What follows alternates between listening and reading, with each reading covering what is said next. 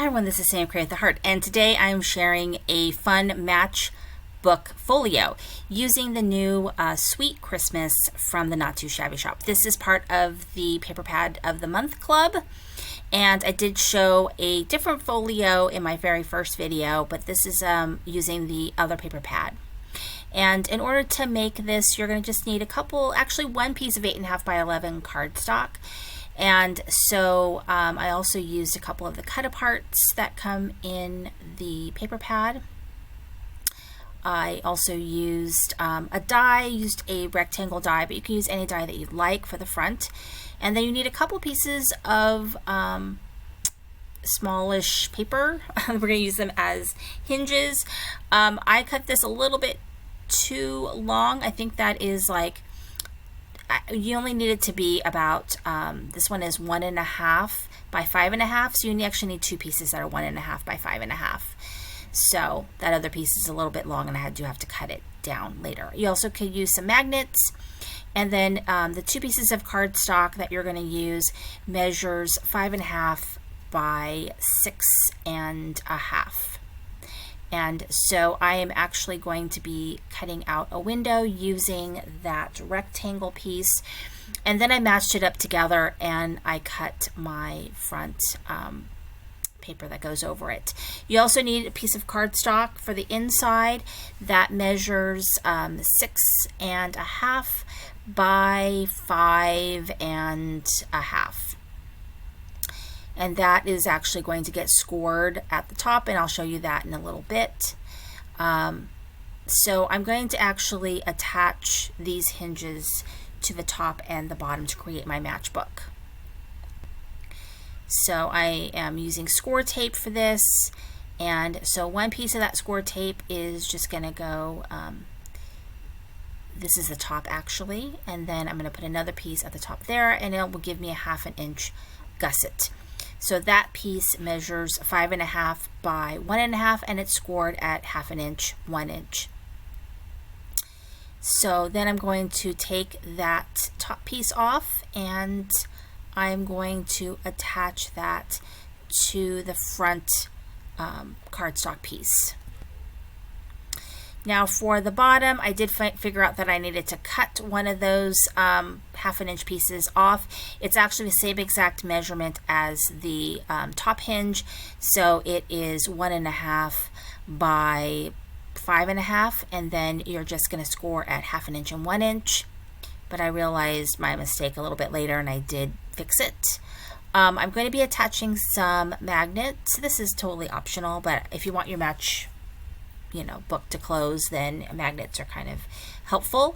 So I'm going to put 2 magnets at the inside bottom and 2 magnets on the front cover, and I use the little glue technique to help me make sure that my magnets go in the right place. And that is, I just put little drops of glue on the bottom of my magnets and then close my book, and that kind of helps me place the second magnet. And then once I decide that's where it needs to go, then I can go ahead and make sure that my magnets are adhered. I'm going to use a little score tape to give it a little extra stick. And then I'm going to go ahead and I'm going to place my acetate to cover my front cover window, and then I'll place the front cover piece of paper from the paper pack. And do my best to kind of measure that up so that it matches really well as I can get it. And so I really like how this came out.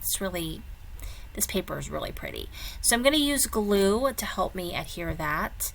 And the gold cardstock is a little bit very smooth, so it does take a second for it to stick.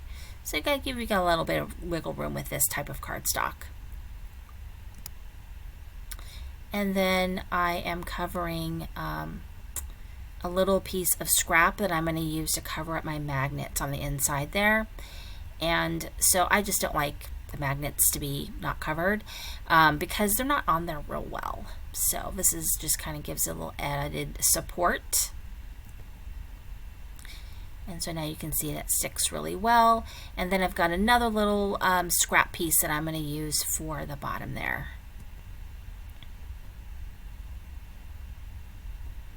Okay, and I'm going to stick that down. Now the white inside piece, so I discovered that I made a mistake, so I am going to fix that off camera.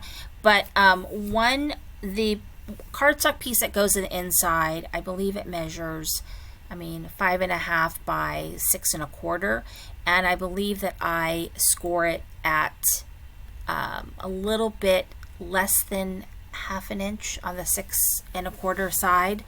I think a little bit more than 1/4. I think it's like 3/8. And so because I'm actually going to fit it in that little top gusset, so I want to be slightly smaller than 1/2 inch. It'll fit in there a little bit better. And I already covered the paper, the cardstock, and I just used a white piece. And so I stuck that down, and now I'm sticking the inside back piece. And now you can see that paper is shining through the window. And so that is where I'm going to put my image. So that image shows through. And so I forgot to grab a sentiment for the front. So I am going to put probably some sort of sentiment in the front. I haven't decided what it's going to be yet. So that's kind of why I didn't put one on there yet. But yeah, you could put a sentiment on the front or leave it plain. I think this would make a great Christmas card. Okay, so then the back is going to be covered with this pretty blue paper, and I'm going to use glue, and it does, I find that this shiny side is a little bit of this gold cardstock doesn't really stick super well, so I kind of have to give it a little help. And so then I realized that I could open it up and I could push down from the back to get a good stick, which did help a lot. Okay, so I'm going to flip it over and give it a good stick.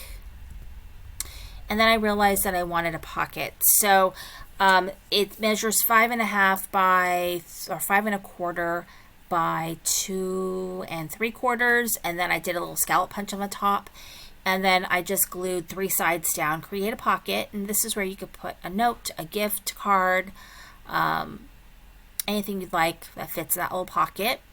And then I also cut this ice skating piece out of the paper that I'm going to use to decorate my pocket.